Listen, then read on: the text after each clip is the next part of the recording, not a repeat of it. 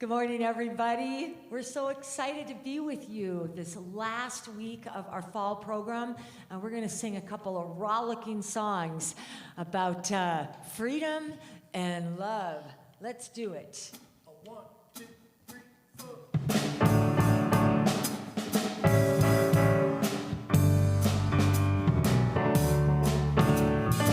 Woke up this morning with my mind stayed on freedom.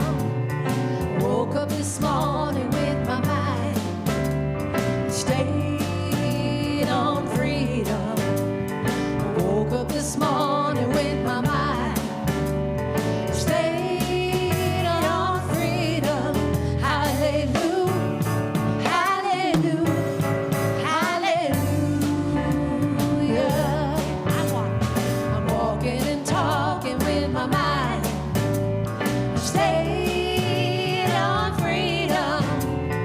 Walking and talking with my mind stayed on freedom.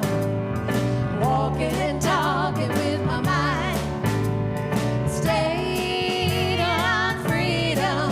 Hallelujah, hallelujah, hallelujah. Ain't nothing wrong with my mind stayed on freedom. Clap along. Ain't nothing wrong with my mind stayed on freedom.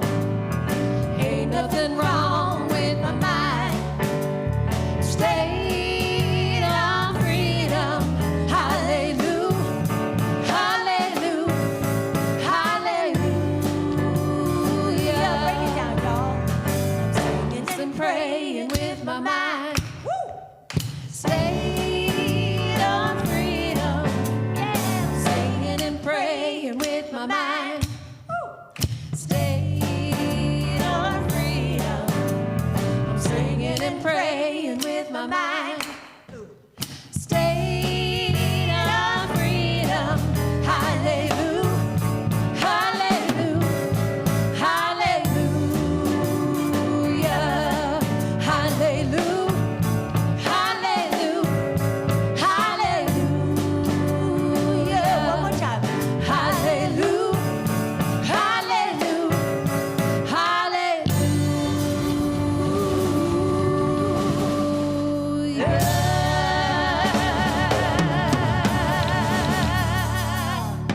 Oh, yeah. That was awesome. We're going to do a Day on Your Name Odd favorite in that same kind of feel. Love is my decision. So true. Love is my decision. Up to me to give up my heart. Love is my decision. No one else can tell me to start. And once I decide to change my mind, God will show me how. Love is my decision. My decision right here and now. Take it up. Love is my decision. Up to me to stand on that bridge. Love is my decision. No one else can make me forgive. And once I decide to change my mind, God will show me how. Love is my decision.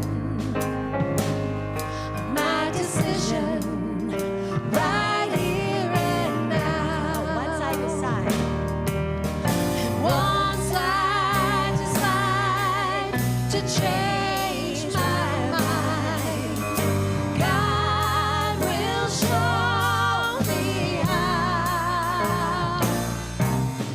Love is my decision. My decision. Right here and now. Love is my decision. Short one. Love is my decision. My decision. Right here and now. Just my decision. My decision. Right here and now. Yeah. And with that, we say good morning and welcome to Columbine Spiritual Center. We're centered in God. What do? We celebrate a world of harmony, peace, and abundance for all. We are thrilled to welcome back to the Columbine stage, for the second time since COVID, you were our very first live guests back at the end of May. This is Bettman and Halpin. Give it up.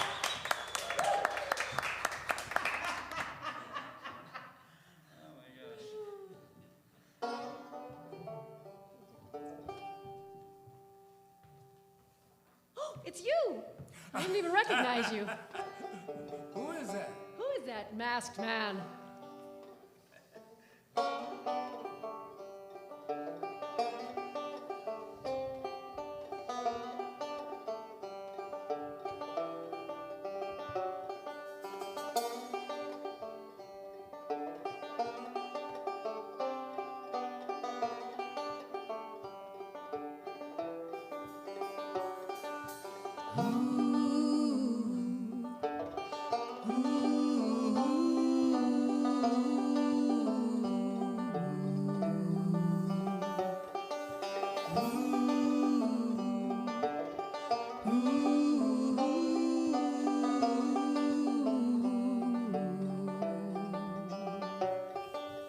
Rustling in the dark, spirits in the shadows. No one knows the things I see. Beating of my heart, spirits in the shadows, stepping from what's haunting me.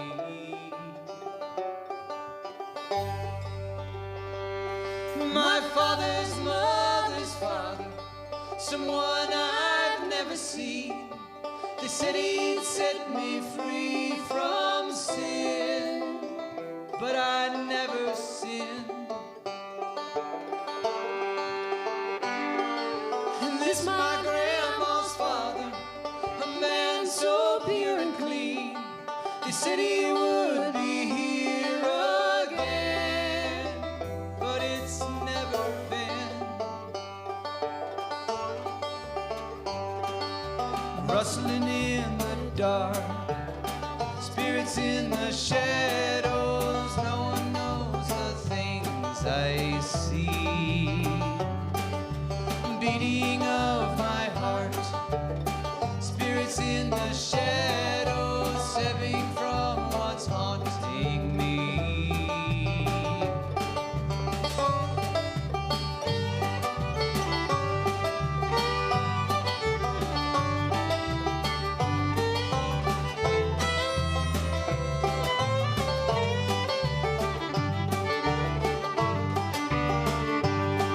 They said he would watch over me, and I'd never be alone, and not to trust the things I feel, so I do not feel. And they said I was a chosen one, on this I would be judged. In his image I was made, and I was afraid. When you face your fear, funny how they disappear. I've tried so hard to be the one. He was a hand-me-down God. Now I'm handing him on.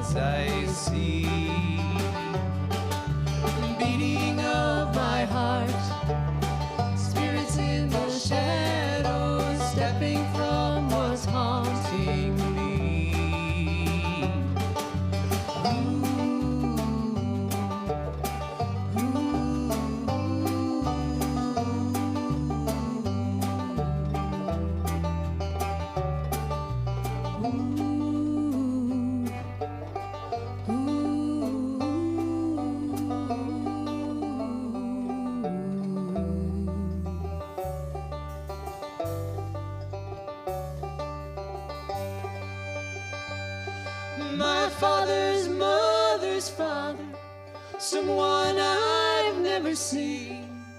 They said he'd set me free from sin.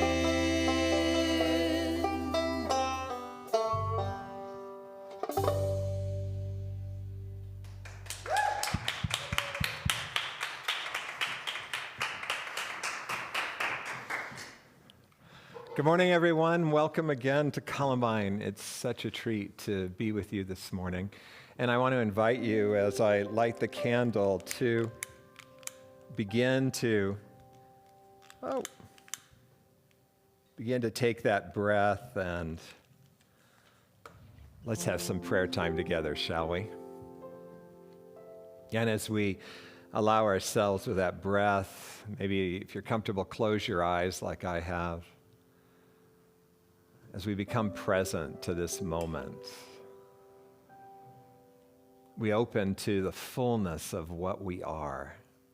You know, it's absolutely amazing. As spiritual beings, we can't be fundamentally hurt or harmed.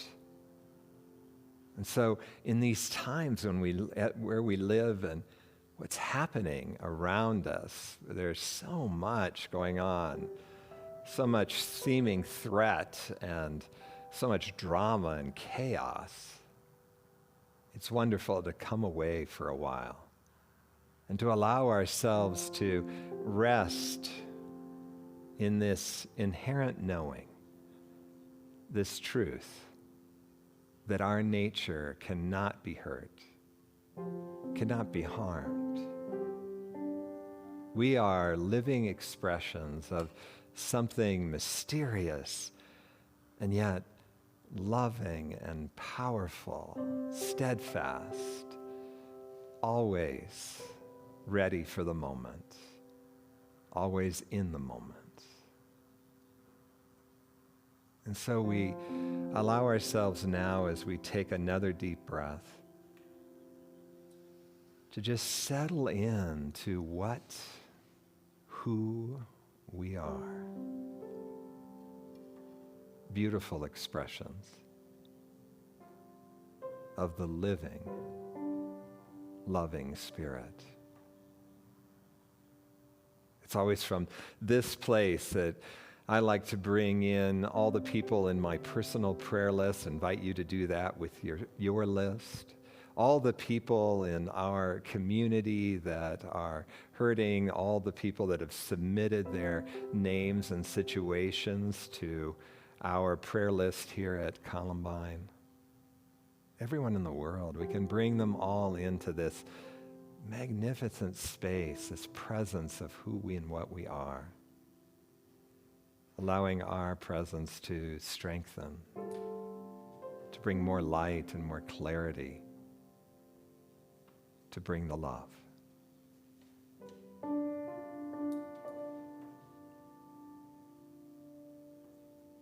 We give thanks. Thanks not only for this opportunity to connect, but for the very nature of what we are. Thank you, God. And so it is. Amen.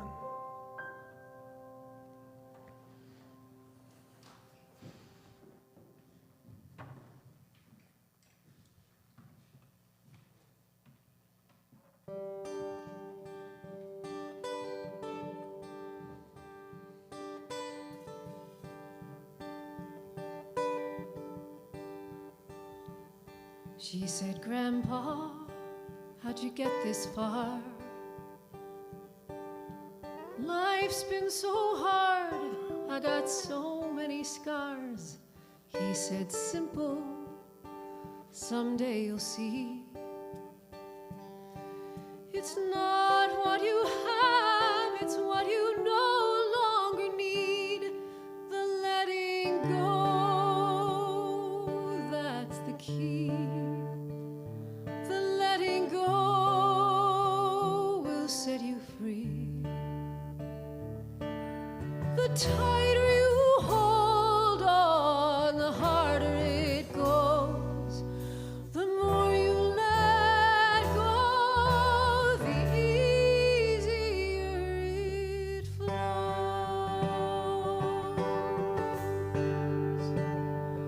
She said, Mama, he's leaving me. How will I live? How will I breathe? Mama said, simple, someday you'll see. It's not who you love, it's who you choose to be. The letting go, that's the key. The letting go will set you free. The tighter you hold on, the harder it goes.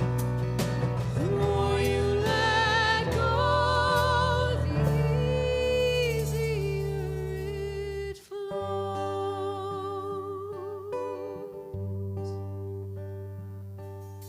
Their baby was born only 7 years ago. But he left this earth, and why nobody knows. The doctor said nothing. His mama kept crying. His daddy laid down and just wished he were dying. But in the quiet of their hearts, a little voice sighed. It's not how long you stay, it's how much love you leave behind. The letting go, that's the key. The letting go will set you free. The tighter you hold on, the harder it goes. The more you let go,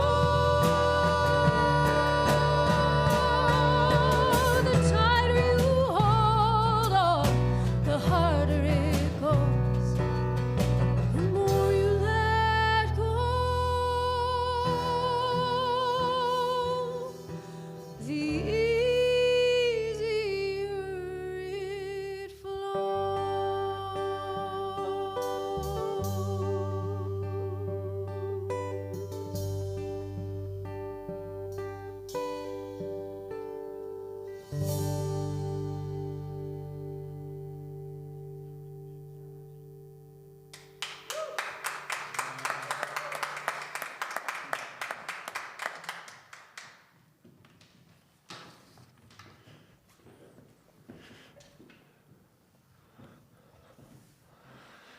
Yeah, what a powerful message.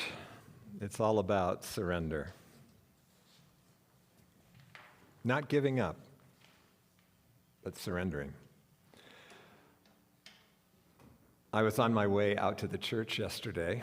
We were doing a service project, which, by the way, if you are feeling really isolated and looking for something safe to do, these service projects that we're doing out of this church, Colorado Feeding Kids, we're wearing masks, we're distanced, and I came away from the experience yesterday and our fundraiser Friday night, another very safe event, realizing how much connection we human beings really need. I mean, we need different amounts depending on who we are, right? But it was so wonderful to get to connect in a safe way.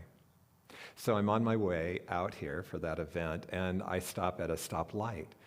And on the corner across the street from me, on my side, there are two young women very engaged in a conversation.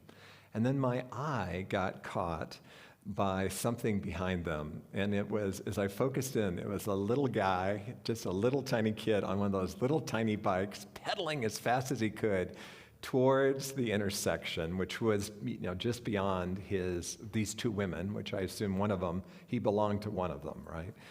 And the amazing thing about moms, right? So this kid comes hurtling past, and one of the women reaches out without even missing a beat. I didn't even see her look down, and grabbed his shirt and brought him to a jerking halt, right? And then she did something very powerful. she got down at his level, and you could tell just from the way their heads were moving and the way she was pointing that she was educating him, making him aware of the fact that this is a street, and you don't want to go charging out in the street. You got to look both ways. She pointed up to the light, teaching him about the colors of the lights and what's safe and what not safe to do. She was, through jerking him back, she was keeping him from coming into physical harm, from experiencing physical pain. We have, for the last 7 weeks, been working with Colin Tipping's Radical Forgiveness. This is a book that teaches us processes for jerking ourselves back before we fall into the trap of being a victim. And while being a victim may not be physically painful, although if you really sense into it, it can be, but it certainly is emotionally painful. And through these practices, we have the opportunity, just like that young boy, to gain understanding. And with understanding comes freedom. It's easy to fall into the victim role. The whole nature of our ego and the way we were brought up, and in a way, too, to keep us safe as kids, all the problems were out there. It's just the nature of how our ego orients towards the world. And so we all, no matter how much spiritual work we've done, can easily fall into being the victim. We know the signs, right? We've been done wrong. We go back over the story. We tell everybody what's happened to us. Can you relate? If you can, then why not just put an amen into the chat box? Yeah, because it's very much an amen experience. And this year, I love the way Colin Tipping is always bringing it back. What does he say? Radical forgiveness invites us to be willing to see the perfection. In other words, what is the perfection? The perfection is being able to see that if these things are catching our attention, if we're feeling violated or somehow abandoned or hurt by whatever's happening in our life, then it has to do with what's going on inside of us, with those tender spots within inside of us that are ready to be healed. Just the very awareness that we have that we are being victimized by them means that they are ready to be healed. Our theme this year is 2020. Seeing with a spiritual lens. And that's really been our focus all year, not just in the different, different techniques and the different procedures that Colin has given us, I'm just going to pause for a minute. What is the word I'm searching for? Practices.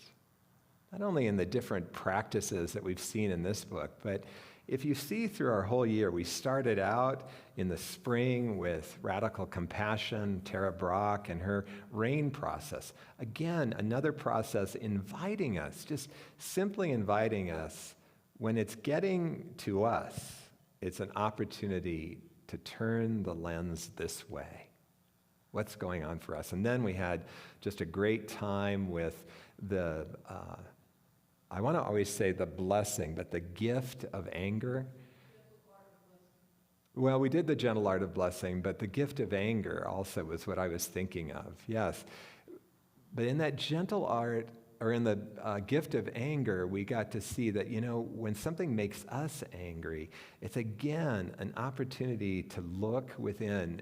It's a really important indicator that there's something for us to look at. And now we're using radical forgiveness.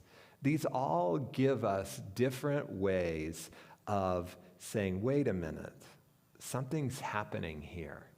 And in that turning that lens, then bringing ourselves into transformation. Because you see, transformation only happens when we're willing to do our own work. And transformation always happens in the moment, when we bring ourselves to this moment.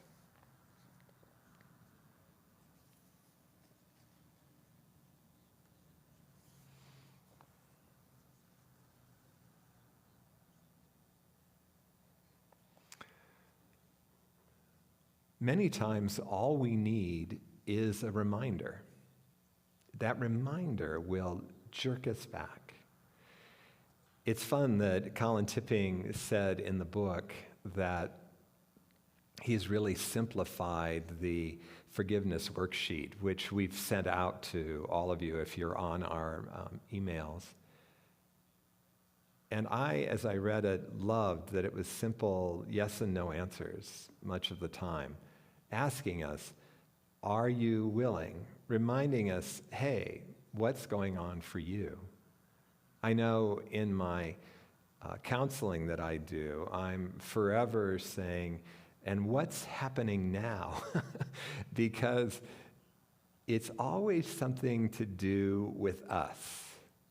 And it doesn't take much to remind us. But the first thing that we need to do is be willing to feel what's going on. And I don't want to minimize that. Many of us learned to live out of our heads in order that we didn't have to feel a lot as kids, because what we were experiencing was intense and too much to go through. And so when we say you have to start out feeling, we're really inviting you to start out with just being in your body. Be willing to feel what's going on in your body, or to even describe, maybe even more appropriately, describe what your experience is in your body. And from there, then the feelings help us out, because the feelings begin to illumine what's happening for us. Collins says this: all of these processes bring us into the present moment by helping us retrieve our energy from the past and withdraw it from the future, both of which must be done for change to occur. He's making an excellent point here that all true transformation happens in the moment. And when we're willing to start by telling our story, and then our story brings us right into the moment, but not get lost in the story, but then to come back to, and what am I experiencing now, in this moment, as I tell the story? Where's it taking me? I personally don't use resentment as much. You know, this is about forgiveness, and so we are looking at ways that people get under our skin. As much as I look at my emotional response, is something going on for me? And that's what triggers me into the process. And by the way, there's lots of processes, right? We've just told you about several. And one of my friends uses yet another process. He uses psychodrama, which he uses to turn the lens back on himself. We often in spiritual work say, oh, we're just building up your toolbox. Well, I encourage you to pick just one tool. Don't try and use all the different tools that we have worked with and introduced you to. I mean, for years we've been talking to you about the power of inquiry, the RAIN process, now radical forgiveness. Pick one of them, because you see, we need to develop our natural going to, we might say, to that tool. It's taken me years, for example, to recognize, oh, I'm caught in the story, and to begin the process then of inquiry, which is the tool that I like. Pick one of the tools and use it to, one, tell the story, feel the feelings, and then begin to get down to exactly what is happening. What is it that I believe? I think pretty much all of you that are associated with the community know that a week ago, last Wednesday, Stuart and I rather abruptly were evacuated from our home in the mountains when a fire that day had been 16 miles away from us suddenly exploded and went from a fire of 25,000 acres to, within a few hours, 125,000 acres. And we were, in one moment, told by our phones, the emergency alert system, that we needed to leave our homes and leave immediately. A few minutes later, the police were knocking on our door and saying, you need to leave and leave now. We asked if we could have at least 20 minutes to, we'd talked a little bit about what we were going to take, but can we just, get the house closed up and get out of here? And they said, fine, but just a few minutes later, the lights started flickering, and a few minutes after that, all power went out to the house. And it was intense. And when we were outside talking to the police, you could hear the roar of the fire. We couldn't see it yet, although we saw it when we were driving out, but we could hear it. And I was taken by how emotional I felt. I felt shaky. I felt like I wanted to cry. It was very surprising to me because all week long they had been preparing us for the fact that we might have to evacuate. The next day, and I was, notice, paying attention to what I was experiencing, but I really didn't have time to inquire in that moment. There was a certain urgency that we were living by, right? And let me encourage you, if there is Mother Nature in any way raging towards you, not the time to sit down and practice these practices. It's time to stay grounded. This is why we meditate and pray, right? Stay grounded, stay to the task, and get the hell out of Dodge, if that's what it's calling for. But the next day, I realized that I wasn't able to relax, that somehow, life is about building a charge, and then our nervous system naturally dissipates the charge. We build a charge again, and we dissipate. But I was not able to come back down to a relaxed state. And that's when I started into my own personal process of self-reflection. And as I connected with the feelings, which were intense, and allowed myself just to be with the intensity of those feelings, I was transported back, not to a specific situation. I actually have come to love the fact that Colin Tipping says, you don't really need to go back and find the original cause of the issue. But I, from my own experience, will tell you, you do need to be able to feel directly what you're experiencing because of the cause. And as I landed on deep feelings of helplessness, feelings of not being in control of what was going on around me, being, memories of every time I left our house and headed to school, and then being in school, always being on guard, remembering the intensity that would usually manifest in my belly, and recognizing how alone I was in that, and how it was traumatic for me, day after day. No wonder, when this thing came up, I couldn't relax again. But as I stayed there with it as an adult, with a young energy that was overwhelmed, that energy began to soften, to dissipate. And it was replaced by a sense of peace, a sense of quiet, a sense of expansion, and a real curiosity in me about if we get evacuated again, which I really wouldn't mind if that never happened.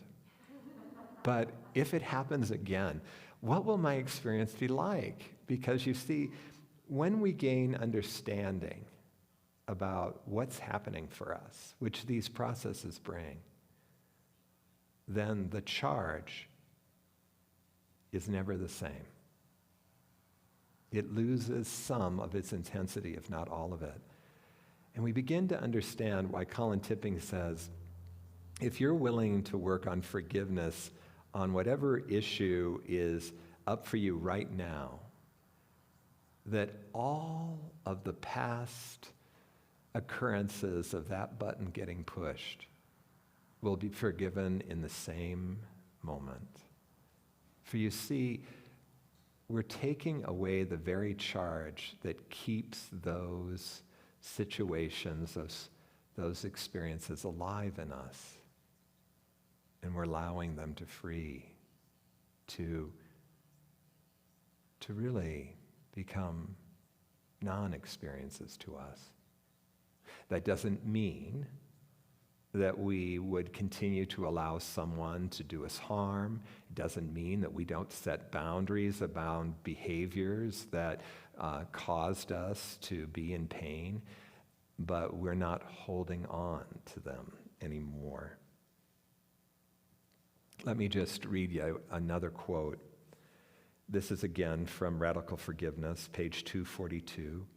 We should go into it, and by into it he meant this process, not with the idea of trying to rid ourselves of the feelings, but with the intention of feeling the intensity of it moving through your body without thought or judgment. If we truly can surrender to the emotions, we will feel more alive than we have felt in a long while, and we will find that the energy has dissipated. It's so fun to read a book. I know this book has brought up all sorts of feelings for people, but for me, as I have read this book, I've gone, yep, that's my experience. Yep, wow, you did a beautiful job of putting words to exactly how I try to describe it. And this is one of those statements. Now, Colin names one of the chapters, Fake It Till You Make It.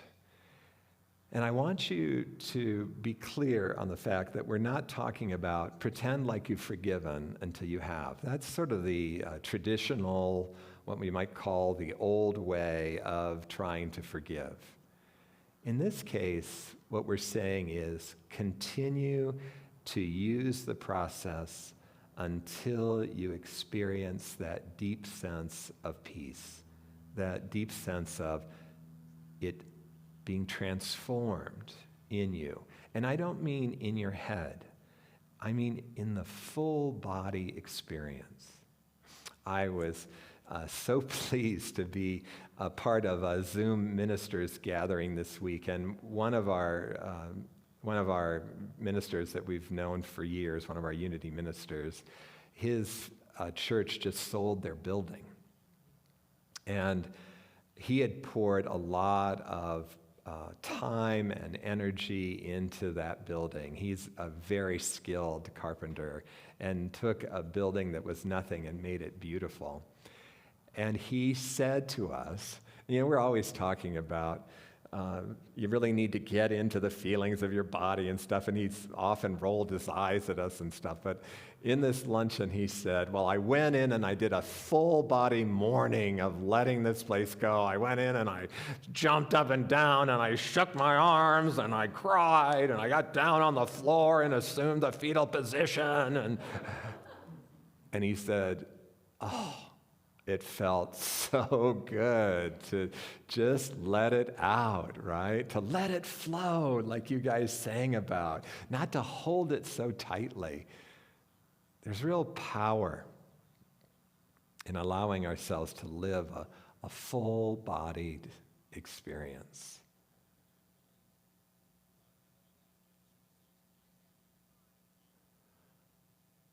I have a few minutes, and I'd like to talk about something that Colin points out that I think is so true. So often as kids, we were sent to time out or shamed for having our strength, for having our word no, for just being that strong energy. Like If you think about a 3-year-old, that strong energy to the 3-year-old, or that separating energy that comes up as a teenager. And in our strong desire to fit in, to be pleasing, all these different things that happen to us, we learn to choke down those words, if you will, those feelings that would normally come out in words. And so Colin encourages us to watch how our feelings get caught in our throat, our words get caught in our throat, and invites us to use both body movement. I love to have people get down and kick and hit. I personally throw myself on my bed frequently and kick and hit, and verbalize. Just get it out there. You're not really talking to the person directly. You're talking to them in the privacy of another room, probably miles away. Because you see, the whole body tends to clamp down around those things that were not made safe for us as kids. And we want that energy to flow. It's when we're in the flow that we are living our true nature. It's hard for me to imagine. I always, started these practices out under the supervision of my teacher. So it's a little hard for me to imagine all of you, throwing yourself on your beds and kicking and hitting and screaming without, being told, yeah, you're doing it just great, keep going. But maybe you'll be inspired to try it, or know that you can always come and meet with Sue or I, and we would love to do a session with you to free that beautiful inner spirit that is you. I want to read you a quote that I found last night, and so it's not going to be on the screen today.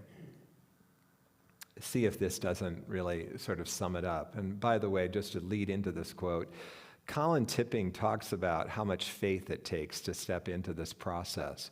Because you see, we live in a world that's very ego-oriented. We've been immersed in our own ego, and it seems odd that we would be now turning our attention towards ourselves. How do we protect ourselves? How do we keep this thing from happening again? How do we keep from being consumed by the pain? But what we're really being invited to with all these different procedures we've talked about and practices this year is to trust our true nature. To trust that our true nature is wildly powerful, wildly intelligent, wildly strong, wildly loving. It's crazy what our true nature is in truth. And so this is a quote from the founder of the Ridwan School, a place where I do my continual spiritual study. He writes under the name A.H. Almas. Here's what he has to say. And by the way, basic trust is our trust of the spirit within, of what we are as spiritual beings. Basic trust is the soul's way of attuning to a fundamental law of reality, the fact that our sense of existing as a separate and isolated entity is false, that our ego experience of isolation and helplessness is an illusion based on identification with the world of physical manifestation. Knowing that we are all part of one reality means that our true nature is not defined by ego experience in the physical body and cannot be fundamentally hurt or destroyed. When we are willing to do our work, when we're willing to turn within, allow the story to take us into our feelings, allow the feelings then to illumine the history that we have around this issue and help reveal what the basic belief is. What have we taken as our belief here? What do we believe about ourselves and the world?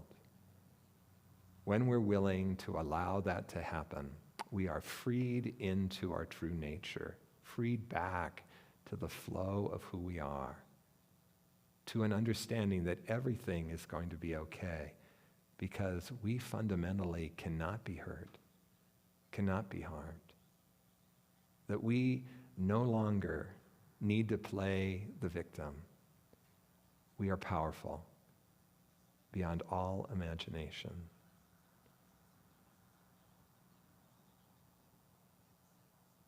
This has been a wonderful year of teaching for me because these processes have changed my life.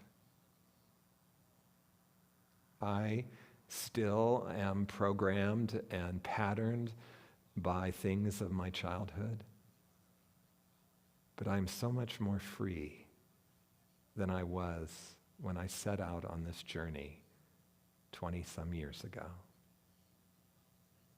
It's so easy when you sit in the seats of a church or sit at home watching church virtually to go, wasn't that a nice talk?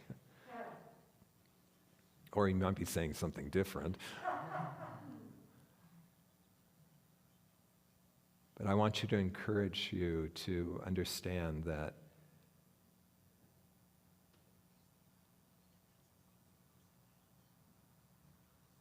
these processes, these practices are life-changing, transformative. And we're here to support you with that. We've been doing an ongoing inquiry group at this church, a RAIN process, we call it. We stopped during this fall program, but we're going to be picking it back up. There's no reason why you can't join us.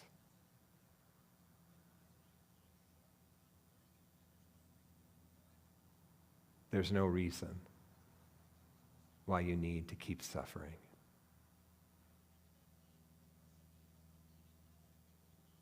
So let's take some time now to move into an extended time of meditation.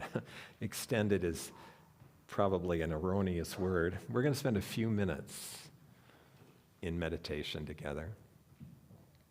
I invite you to take another nice deep breath.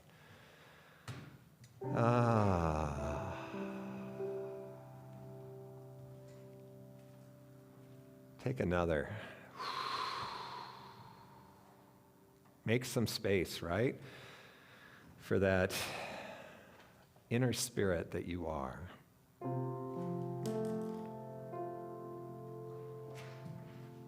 And I want you just to join me in opening to this realization that fundamentally we cannot be hurt or harmed, meaning that our nature can never be hurt or harmed, is indestructible. We recognize that it can be hard to believe that when we've lived from the standpoint of the ego and that life needs to be protected against, that we need to be in control. But today we open to the possibility. How is it that when we're willing to feel our feelings and let our feelings take us back to the flavor of where they came from, to reveal the belief, and with that understanding, suddenly our tension begins to soften, strong feelings begin to lighten up, and a feeling of peace,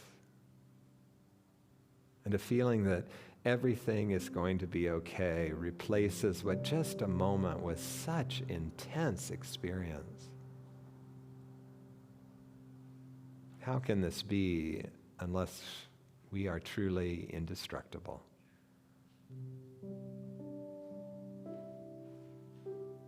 An inner smile comes across our consciousness now as we consider moving through the world in all of its unpredictability and chaos and wildness and beauty and love and all the things that it is, just taking it in, loving it all. Accepting what we want to accept, but not needing to be bowled over, triggered, knocked to our knees by that which used to impact us heavenly.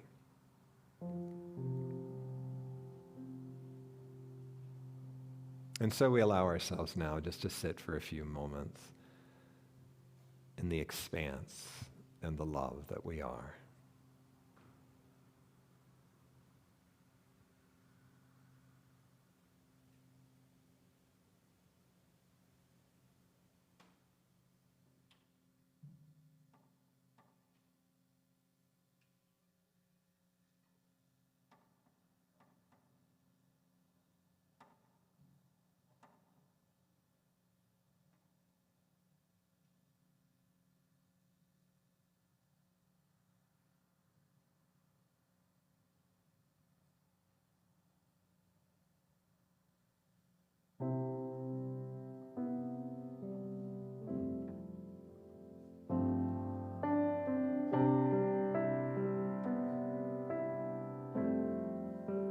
Just be, just be. No thoughts, no words, just be.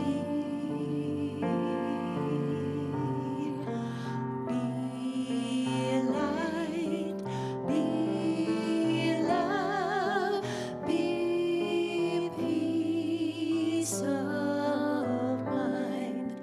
Just be. Just be.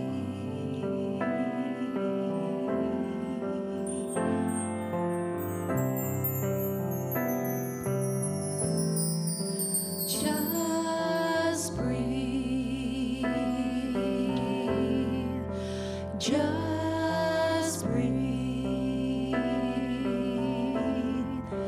No stress, no fear.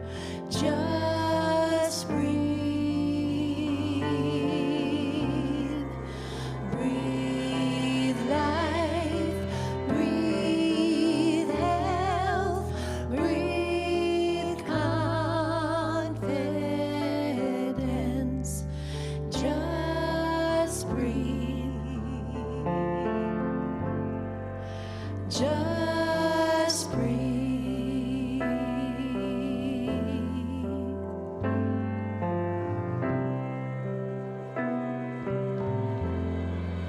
Just be. Just be. Know you, know me. Just be. Be all, be none, be time and space. Just be. Just be. Just be. Just be.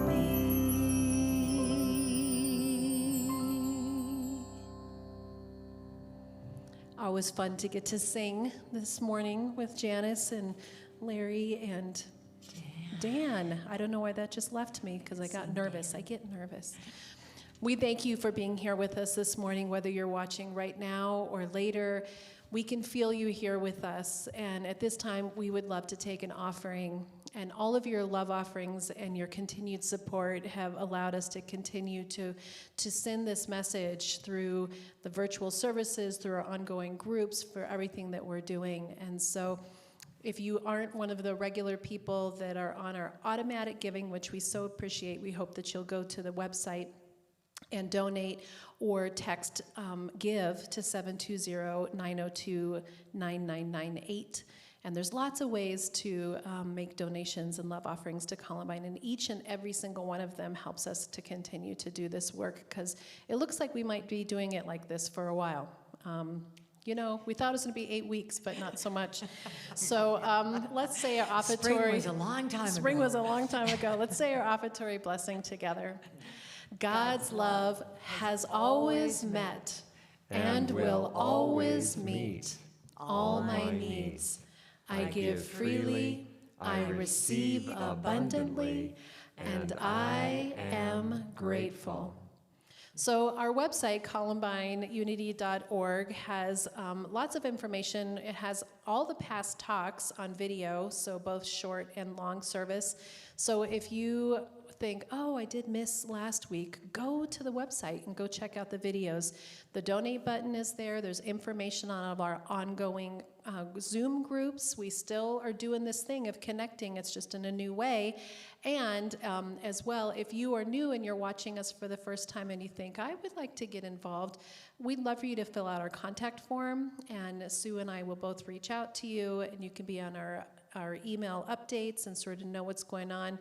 We continue to sort of just be working what's happening, and we're trying to adjust and grow, but we are 100% here for you as you do this transformative work. It is deep work, and we don't want you to feel like you do it alone. So on Friday, we had, oh my goodness, the weather was not good the week before, but Friday was glorious. It was incredible weather. We had our chili and margarita fundraiser. We had around 45 people, and everyone had their masks on, and they did a great job of making the food so that it was safe and easy to take, and such amazing chilies, and we raised great money and had so much fun. And, you know, even though we didn't get to hug, it reminded us how much fun we have at Columbine. And if you like margaritas, Scott and Stuart's margaritas are ass kickers. And so there was a lot of laughing, so that was really good. So thanks to everybody for coming. And, you know, we're going to continue working on trying to have these connecting ways of being together, because we love each other so much. So next we have, so today in 35 minutes, we're going to be having our outdoor service. So if you were watching today and you think, that was such a great service, I want to see it again, well, come on down. We do ask that you register. The registration link is on the e-bulletin they received this morning, and that is so that we can maintain the limit of 50, and also for contact tracing if something were to come up, but nothing ever has. So we would love to have people, as long as the weather continues to permit. We're going to do these 12:30 services. So come and be with us. We would love to have you. And we're done with Ask the Rev, because we're done with the fall program part and the 12:30 service, so you can't be talking and be on Zello. Magic. That'd be magic, right? Magic. So we have some of our members, Don and Carolyn, are going to be the hosts of Zelloship. So again, on your e-bulletin is the link, and it's a great way to connect after the service in about 15 minutes and be able to talk about the talk and just catch up with each other. We really want you to feel connected, so we're doing everything we can to do that. And with that, Speaking of which, yes, we've got one more choir opportunity for you for the holidays. We're doing a virtual choir. You can do it from any part, anywhere you are in the country. We've got people that will be all over the country. And we start our sectionals this week. So we're preparing 2 songs this year, and we've got all the materials that you need, all the resources that you need. We've got sectionals happening on Zoom and a couple in person, and then we'll do all of our group rehearsals over Zoom. We've already recorded the background track, so all we're missing is you. If you want to get involved, write to me right here, Janis, Janice at columbineunity.org, and we will hook you up. Wouldn't it be fun to have like a virtual choir that had like people from all over the country? Yes. Oh, Be that'd be so amazing. fun. All right, you can stand or sit, keep your jammies on. You can even have your coffee in your hand. Let's peace out, and then we'll invite Stephanie and Luke back up.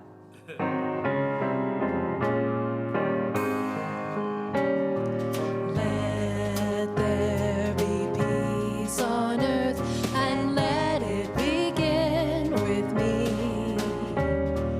Let there be peace on earth, the peace that was meant to be, with God as creator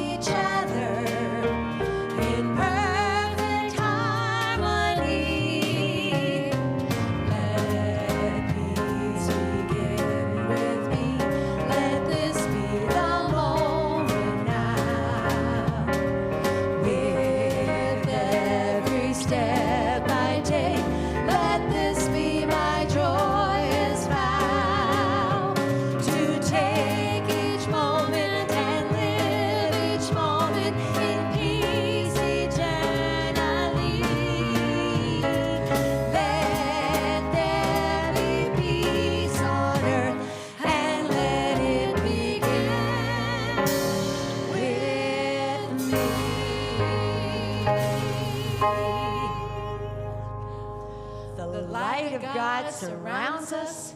The love of God enfolds us. The power of God protects us. And the presence of God watches over us. Wherever we are, God is, and all is well. We love you. Bye, everybody. See some of you in a few minutes.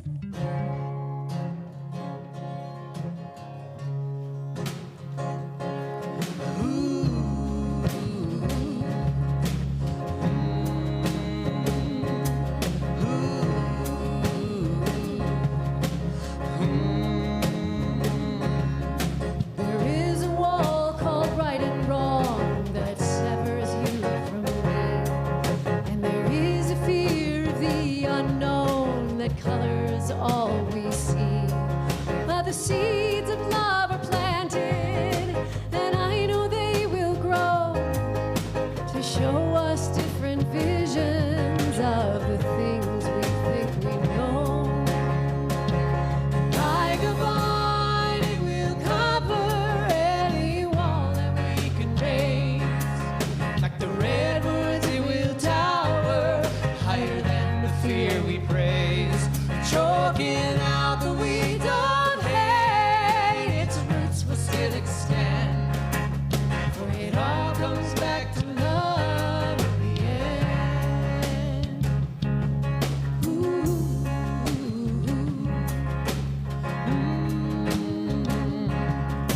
There is a knife called judgment that cuts the ties that bind, and an illness known as prejudice that poisons both our minds.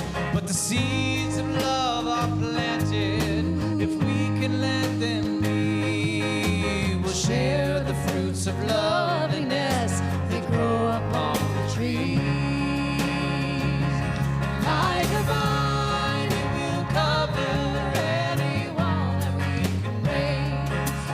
Like the redwoods, it will tower higher than the fear we praise. Choking out the weeds of hate, its roots will still extend.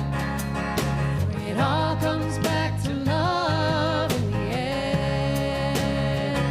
But they must be tended. If we want them to grow, they must be tended. Whoa, the seeds of love, like a vine, Seeds will of love. cover any ground. The seeds of love, Like the redwoods, it will tower higher than the the fear. seeds of love, choking out the weeds of hate, its roots will still extend. For it all comes back to love in the end. And like a vine, it will cover any wall that we can raise. Like the redwoods, it will tower higher than the fear we praise. Choking out the weeds of hate, its roots will still extend. For it all comes back to love in the end. Ooh, it all comes back to love in the end.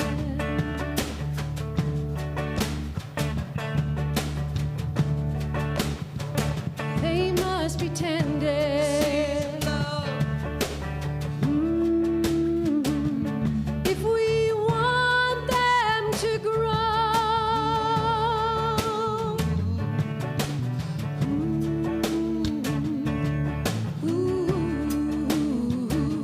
It all comes back to love. It all comes back to love. It all comes back to love in the end.